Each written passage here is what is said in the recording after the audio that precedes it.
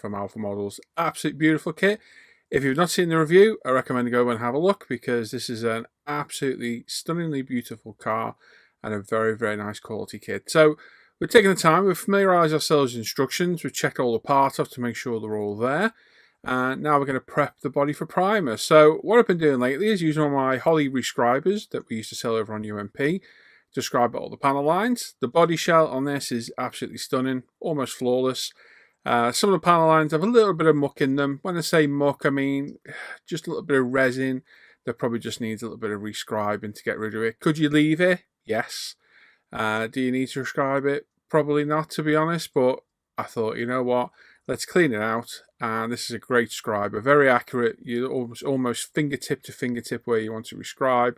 So it's a pretty safe, reliable way of rescribing. And all I'm doing is going around all the panel lines.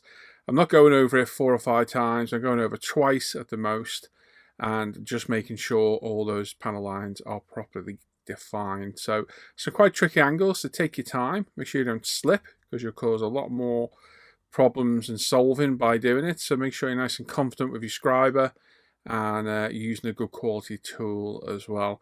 Lots of scribers out there, but the only one I wouldn't recommend is the Trumpeter one. It's not a very high quality tool at all. So with all that rescribed, we've got our old Mickey Mouse toothbrush. I'm going to go around, get rid of all the resin dust out of all the nooks and crannies. Anywhere we may have missed that hasn't been rescribed and just has residue left behind of resin dust from the manufacturing process. And then we can come back in and clean it up. So we've got some UMP airbrush cleaner in a paint cup, and then using said toothbrush as before, we're going to carefully go around and degrease the whole body. Now you can use washing up liquid, fairy, Dawn dish soap, wherever you want, alcohol, anything, whatever gets rid of the casting process residue. So you'll find there's normally like a mold release on resin casting, because these are cast parts or our pour plugs on the body, and there will be residue left behind. How much is there, I don't know, but as a matter of course, I go around and thoroughly degrease the bodies. It takes a couple of minutes to do, and at least you know you're putting fresh primer down over a nice clean surface to make it all nice and perfect. So we go around, clean it all up, then give it a good wipe over with a clean piece of tissue. Like I say, we're just trying to get rid of all the residue that might be in the nooks and crannies, any recessed areas, all the wheel wells, anywhere we're going to take paint. And this should give us no problems with any paint adhesion then.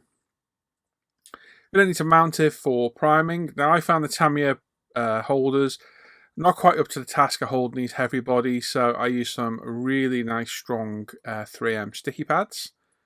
Put 1 or 2 or 3 of them on, depending on what it needs. On this one we've got 3. Using some tongue depressors. These have been recycled from the last build. We do a little bridge across from one end to the other. And these are very, very sticky pads. They're ideal for this. Same on the other side. Like so. And then we know that's nice and securely mounted. Make sure you put it in the right position.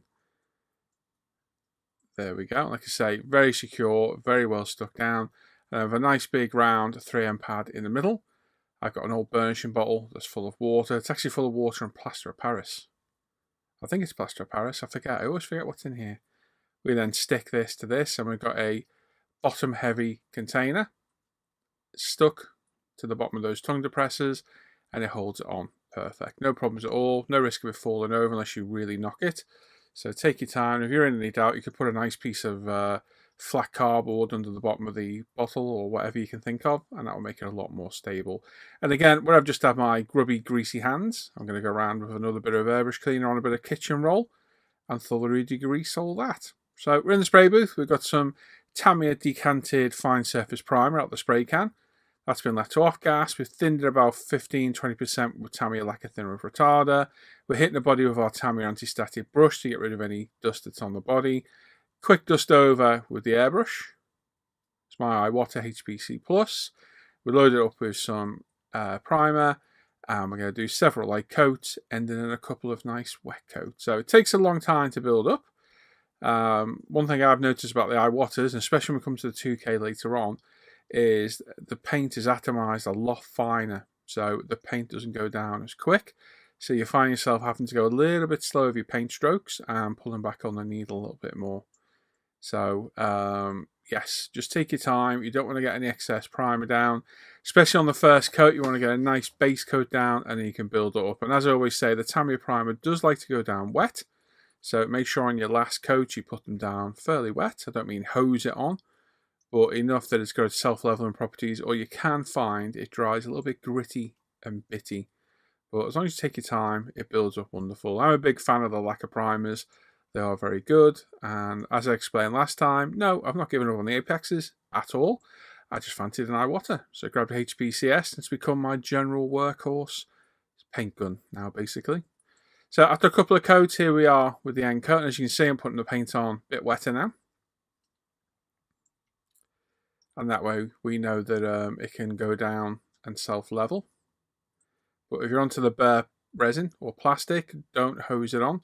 Put a base coat down, and then once that's dried, you can come back like I am here and start putting heavier, wetter coats down. Like I say, it does build up well.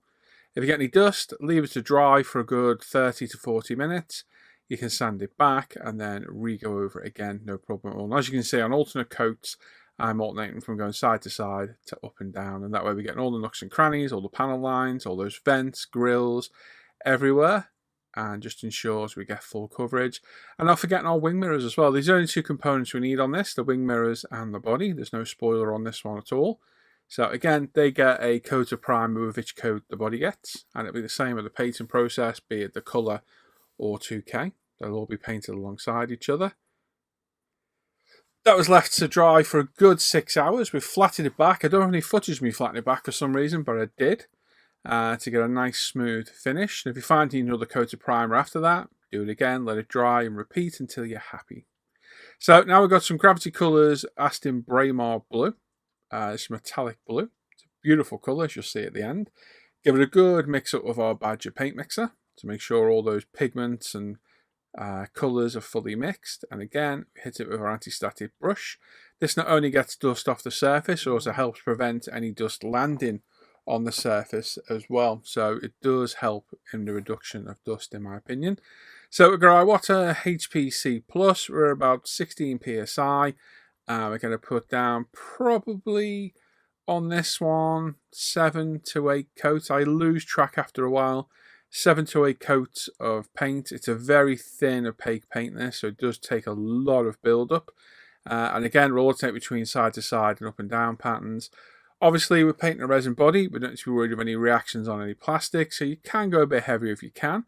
And I see a lot of people literally hosing it on, but for me, I stick to my techniques and still put the first couple of coats down quite light. Never really putting a wet coat down at all, if I can help it. Now, what I did find on this, and I had to come back later on, a couple of hours later after painting, is those side vents there. And where was it? There was somewhere else. I had to come back and put another coat of paint in. It was there, right there on that sill at the front. I had to put another couple of coats of paint down because the paint had not quite got in there. I'd not angled the airbrush enough. So pay attention if you're painting those and make sure you get plenty of paint in as you're going around. Maybe give it an extra pass with each go round with the colour. But beautiful colour. Spray is absolutely beautiful. The pigments are tiny in it, thankfully, on this one.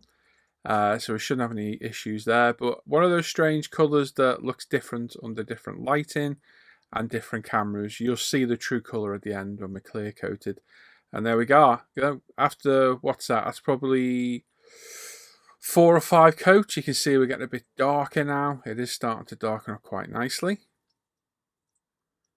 Like I say, we've got lots of areas to make sure we're getting all those nooks and crannies. We've got some carbon into that rear bottom diffuser, the side skirt and the front splitter as well. But we're still going to make sure they're all properly painted. We don't want to be missing parts and coming across them later on. And like I say, alternating between up and down and side to side with each coat. After every coat, I'm leaving about 10 minutes for it to flash off gas. And then coming back with another coat. And I'm putting fresh paint in the airbrush each time. You can leave it in the airbrush, and I do tend to do that. There's some left in there. But I tend to pick up a bit of new paint, mix it into the old one, suck it back up, blow it back in, and that way I know it's all thoroughly mixed. And then here we go. After about, I would say this was about 8 coats now. You can see just how nice and dark and rich that blue has got. It's absolutely beautiful, but it's very deceptive. To my eye, it's a lot lighter than this and has a weird green tinge to it. You'll see it at the end. It's just this camera and the lights I've got tend to darken all the colours. But it's a beautiful colour and it's laid down absolutely perfect. So happy with that. Good colour choice for this car, I think. And now we've got to think of interior colour. I'm thinking cream on this one. A nice cream leather interior. I think that'll go well against the blue. Look quite classy for an Aston. If you got any thoughts on interior colour, pop in the description below. The comments below. Open to all suggestions, but I'm thinking a cream colour would go well on this one. Right, the paint's been left to dry overnight. Make sure it's all nice and off-gassed and dry. And we're going to mask up and paint all the windows where our glasswork will go. So old builds have taught me, make sure you paint these, because with them being a different style window than normal model kits, when you glue them up on the outside, you can see the colour of the car underneath. So I've made sure to mask all these off lately and paint them black. So mask it up with the Tamiya 1, 2 and 3mm tapes, then we'll infill it with the 6mm, and then we'll go around with cling film, saran wrap, food wrap, whatever you call it. Later on to infill the larger areas. But here we've got a good couple of hours of some fiddly masking, and the better the job you do here, the better end result will do. So we just want to go right up to all the leading edges and get them done. And then there's a nice line from that rear window across the C pillar, underneath where the B pillar would be, and right along the front of the window that we're going to do in black. Did contemplate doing it in carbon, but changed my mind. I thought, no, we'll do this black. It can be a nice gloss black. There are other options on the car. I've seen a fully black roof down to that mark as well. Carbon roof, but for me, this was the look I wanted. And I'm glad I did, because it looks good at the end of the build. So like I say, with some saran wrap, cling film, food wrap, whatever you want to call it, on a bit of tape, we can infill all the larger areas, and that way we're not wasting tons of masking tape. We've got the iWatch HPC Plus again with some Mr. Surfacer 1500 black, and we're going to go around and paint all around the windows, all the B pillar, all the bottom where that trim is, right up the back of that C pillar, and make sure we get all in the scuttle panel on the front as well, where the window wipers will sit, and just make sure we get it all nice and evenly covered. Now we're covered everywhere up, so we shouldn't get any overspray. Check and double check this before you commit to any airbrushing, because it's very easy to miss a bit, and it doesn't look good when you do it with black patches all over the body, and you're going to have to sand them off. And this being a metallic paint, it doesn't look good. And there we go, with a few light coats, getting all those angles, there we go, that is all wrapped up. And I sped this up because it was like 3 minutes long and they want to bore you to death. What takes 2 hours to mask takes literally, 3 to 5 minutes to paint, and about a minute to unmask. Yeah, it's a nightmare masking, but it's one of those necessary evils, and it's worth it because done properly, it looks nice and crisp and really adds to the look of a model. So take your time with the masking, be patient, use the appropriate tapes. The thin tapes are very, very valuable. Highly recommend the Tamiyas, the 6, 12 and 18, and the 1, 2 and 3mm. And just take your time, go around, mask it all nice and clean, make sure the edges are burnished down. Don't go too heavy on your paint when you're putting it down, and you should end up with perfectly masked windows like I had here. No issues whatsoever, no calamities. And now carboning, we've got a fair bit of carboning to do. Like I say, we've got this front splitter. So what I've done is I've put the car down on a piece of old paper. I think it was an eBay 10% off voucher. If you can see the code, feel free to use it. I think it's eBay 10 at a place called, is it Mini Models or something? I can't remember where it was now. And I've drew around it, cut this out in paper, and then drew around it on the carbon decal film. And then we'll cut that out, and that will be our quick template for getting that front splitter done in one piece, hopefully. So we'll do one piece on top, one piece underneath, and make them match at the front of the lip. So a little bit of careful transferring of the shape.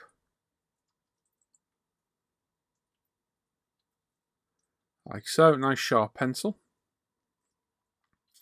And then cut it out. I'm going to cut the main part out with the scalpel, and then we'll trim it with our scissors perfectly into shape. And the rough edge, well, the rough design I got here was a near perfect fit. So there you go. Just use the front of the car as a template, draw around it, job's a good one. And there we go. Like I say, grab our scissors. I'm a big fan of these Tamiya decal scissors. Keep going to call them tweezers for some reason. They're very good, very sharp, very accurate, and just absolutely perfect size for all your modelling needs. So these are my go-to scissors on the bench usually. We're very careful trimmage. We can trim this to the right size. And then we've got our decal ready to go.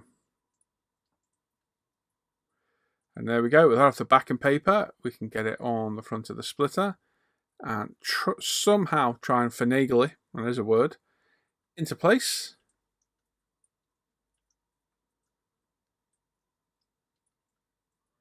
Takes a bit of patience and a bit of care doing this because we don't want to rip it, but we want to use the back end where we cut it to get it lined up as good as possible because we don't want to have to trim the back if we can help it. Once you're happy you've got it in place, hit it with some decal solution. So we've got the UMP normal here, just to get it all bedded down with the water pen brush. Then we can leave that for 5 minutes to do its business. We can trim up the outer edge with our scissors, getting as close to that splitter as we can. And then using a stronger decal solution, I went for the UMP strong solution. We can hit it up again and start to conform the edges over. And there we go. After a few applications of the decal solution, we are perfectly done. And I've made another template for the side pieces here. So we can use that for both sides by reversing it.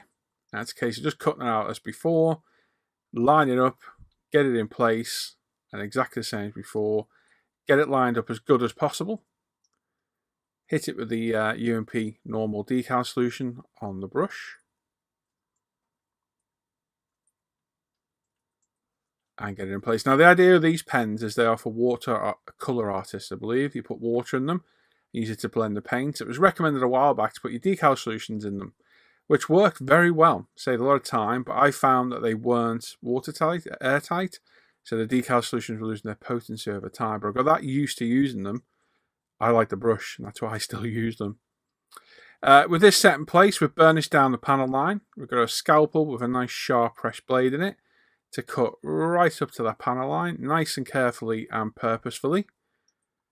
Peel off that bit of decal and then grab our brush again with the solution on and just gently burnish that back down into the panel line. And there we go. We can then trim either edge. A little bit of heat to make sure everything's perfectly conformed.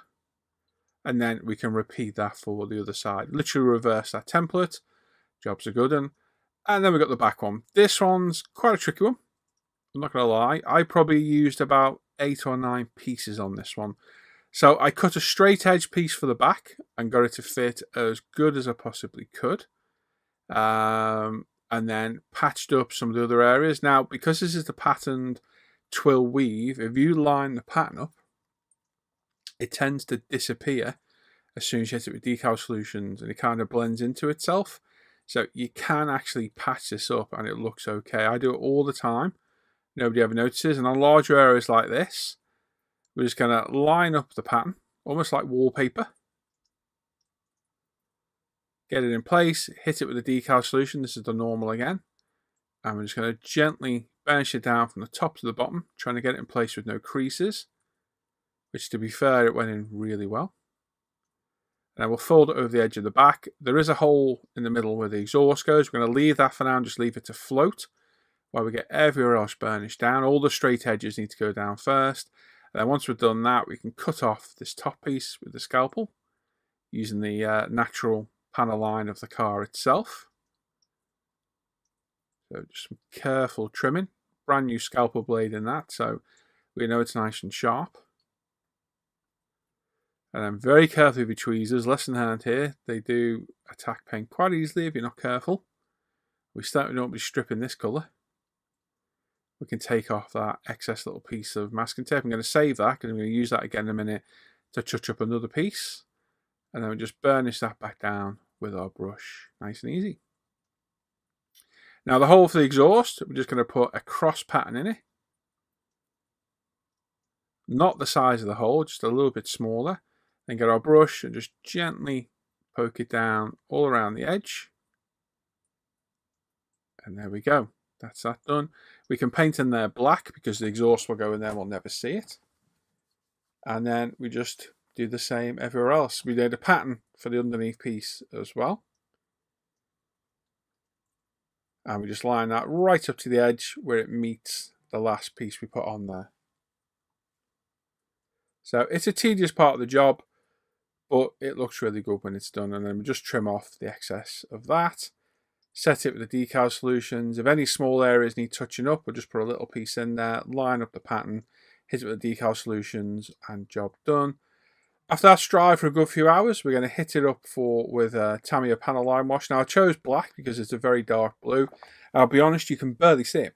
You can barely see it, but it gets rid of those lighter areas because you always end up with a lighter area in the panel lines.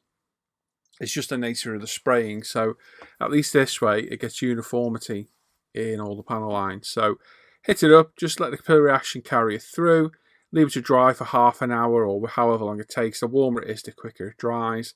Just don't go mad with it, don't get it everywhere, and then come back in when it's dry with a nice piece of new kitchen paper with some odorless mineral spirits. I use Santador from Winsor Newton, and just gently rub over, removing it as you go. Just don't rub too hard because it won't take the paint off, but the kitchen paper will burn through paint if you're not careful on edges. So just really take your time and be thorough. As I always say, if you think you got rid of it all, put it down for 5 minutes, pick it back up, and I bet you'll spot somewhere you've missed. And nothing looks worse than panel liner left on a body, especially when you clear it. And in all the little nooks and crannies, we've got a nice cotton bud pointed one just in there to get rid of any excess wash. And there we go. There's our wash applied. Nice and easy, nice and simple. Now, in all the excitement of the build, I completely forgot to mask and paint the wing mirrors black on their stalks. So this will line up to that bit of trim we painted along the side by the window.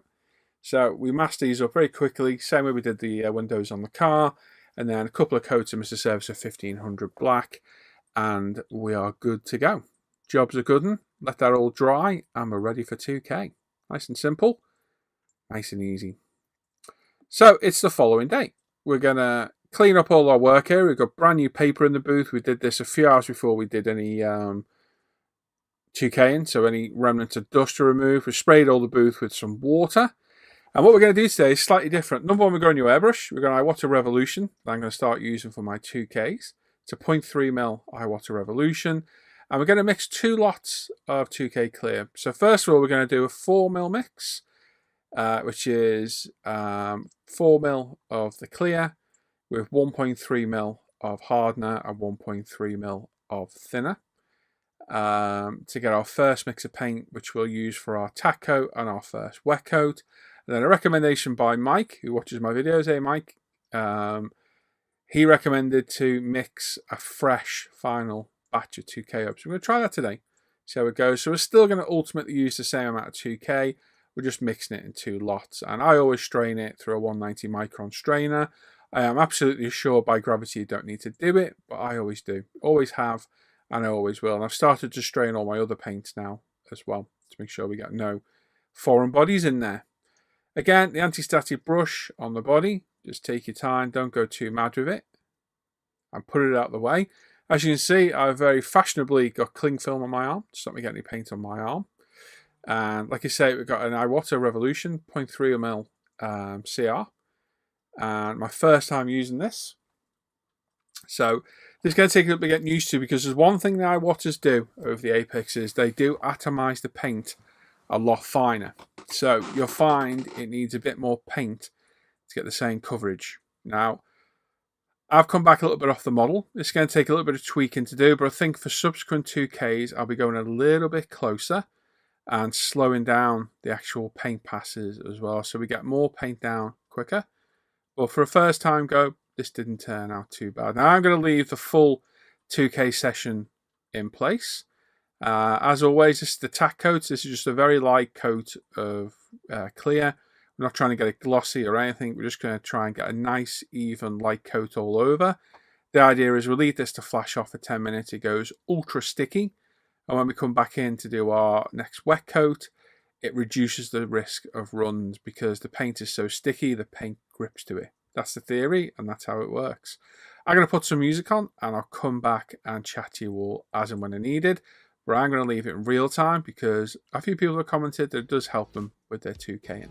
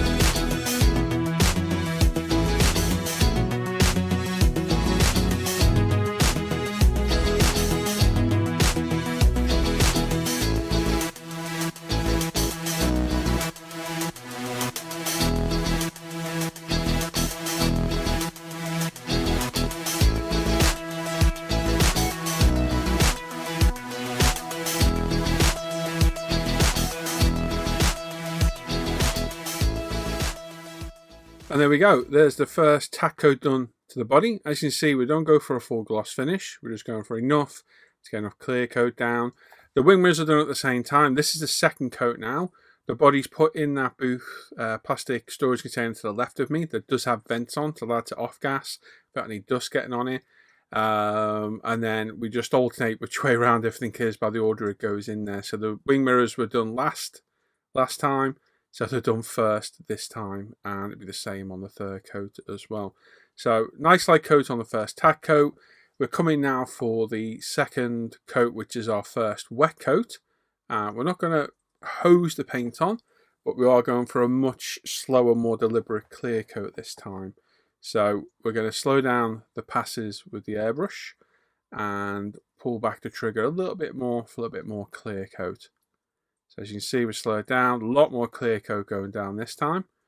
And just going down with even passes, we're trying to cross over each pass as well. And we're trying to get a wettish coat down without flooding it, because what we don't want to get is runs. So again, this will be left for another 10 minutes to flash off and off gas, and then that will go ultra tacky again and allow our hopefully final coat to go on without any runs. So you can see it's going on a lot wetter than before. So the slower passes, more paint being actually put down really helps with that. But still take your time, don't put too much down or you'll end up with runs.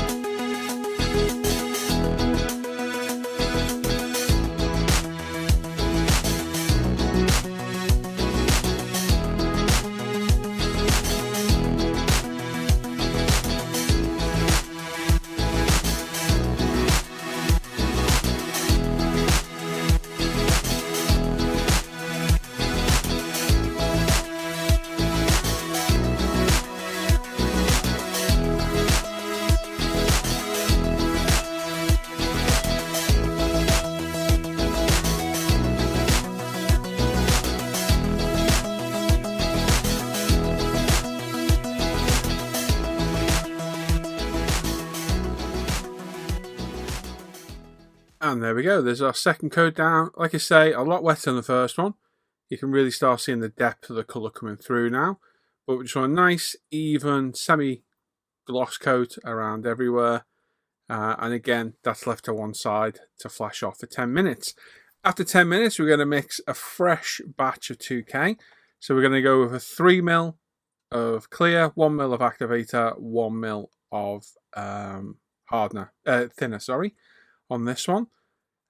So fresh batch of 2K, because I guess if you think about it, the 2K is going off the whole time it's sat there, and it can sit there for 20-25 minutes sometimes. So recommendation by Mike, I thought I'd give it a go and we'll see what happens. Like I say, 3ml of clear, 1ml of activator, 1ml of thinner. We'll strain it again as we did before and mix it up as we go. Like I say, don't reuse those pipettes, chuck them away.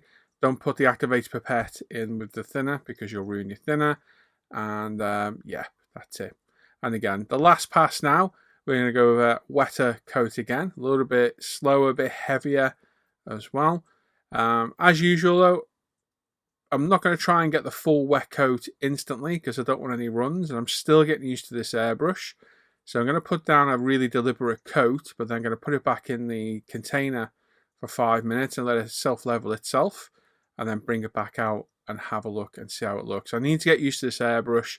I think next time I need to get a little bit closer and slow down those passes a bit more, and that will get the clear coat down much better.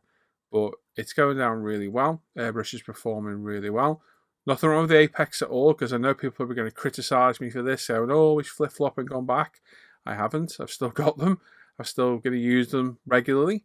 It's just I fancy using Iwata, and it's always been at the back of my mind, will a finer atomizing airbrush make a difference on 2K?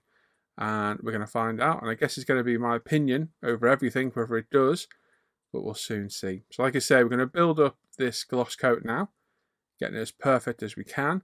We don't get a lot of dust and debris in this one today, which is good. We get a few spots on the roof, tiny little spots, tiny few spots on the bonnet. I think we get one larger piece and one on the door.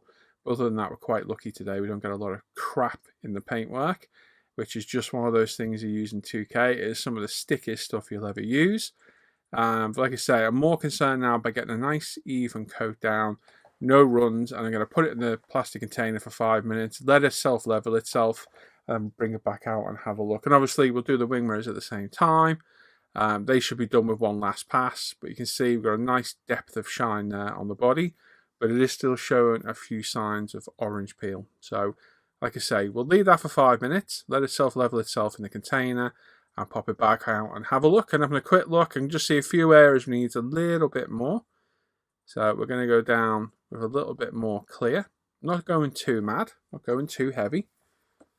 Just putting enough down, because what we get here is how it's going to dry. So we want a glass-like finish. If you don't have it here, it's not going to dry with it. So it's a fine line now between putting too much down and getting a run, and not putting enough down and getting an orange peel. So just take your time here and just work nice and slow. Use the light as your friend here because you can angle everything so you can see properly and look for orange peel. What you want to look like is glass. It should look like glass. And it's just a case of working your way around nice and slow. Make sure you don't touch any fingers underneath, the hand on the carbon underneath. You don't catch the front of the car in that spray booth filter. You don't catch it on the kitchen paper, hit it with the airbrush. All the things I've done in the past, I don't want you to do. So be very aware of where you're swinging this thing around. And just take your time. Now, I'm putting a little bit less paint down now. I'm being a lot more deliberate with this spray because I want to just get it absolutely perfect. And I'm paying attention to the sills, all underneath the diffuser and the front splitter, and those wheel arches as well.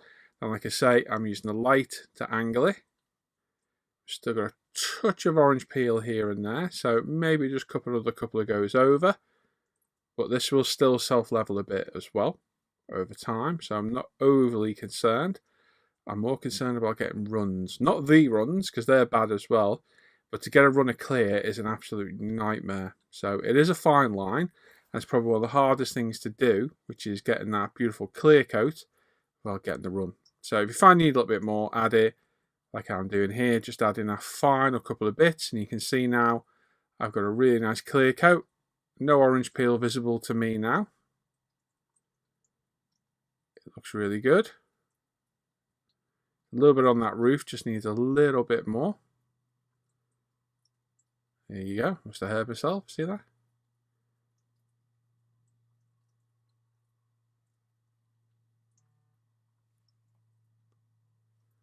And there we go.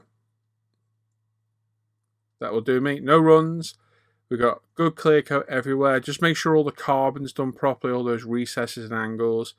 And that's it. I'm happy with that. So, like I say, you can try and get that full last coat in one go.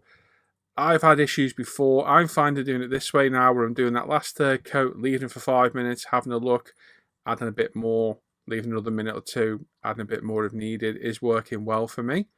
That door there needs a little bit more, and I do it off camera. I just don't show it here. It's working really well for me. I just need to get used to this Iwater airbrush, and I'm going to stick with it for now and see if it makes a difference.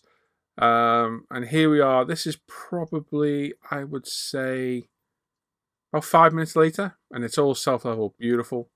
Really has. I was just grabbing some pictures and video for Facebook. And yeah, it's beautiful. Nice deep blue. This colour is deceiving though. Like, this camera really darkens all the paints. When I take some stills in a minute, you'll see the beautiful colour I actually see to my eye. So this should be dust dry in an hour or two, i.e. if you take it back out and something lands on it like dust, it'll blow off. Here we are, probably 5 hours later. So clear coat's looking good. We've got no orange peel anywhere. We've got a few specks of dust, nothing that can't be dealt with a bit of sanding, and a very nice deep rich blue colour. As you can see, you look outside the window, my window is dirty, that's what you can see, not on the clear coat. We've got a nice glossy clear coat there as well. But like I say, this camera's deceiving. I'll show you the proper colour now. My iPhone on still pictures, shows the colour properly. And as you can see, it's a much prettier colour. It's not quite as dark as that camera makes out. You can see the metallic in it, which they're a good size on this, to be fair. They are good. And it's a nice kind of petrol-y blue colour, and it does look absolutely fantastic. So very happy how this has turned out. Absolutely lovely colour. Good clear coat as well. Now obviously we changed two variables here. We've got a different airbrush and a different technique on the 2K. Now I definitely think the Iwater atomizes the 2K better. I'm going to openly admit that. So I'm going to continue for now using Iwater Revolution. Nothing wrong with the Apex. I am going to reiterate that before people start to criticise me. I've used it for 4 years. Had some wonderful paint jobs, so there's nothing wrong with that at all. And I'm not telling people to change what they use. I just fancied to change, and that's what I did. But it's beautiful. Absolutely lovely clear coat. Once we get this flatted and polished, it's going to look absolutely fantastic. And this colour is just absolutely beautiful. It really, really is a beautiful colour. And there we go. So that's where we're at today. Let's go back to me.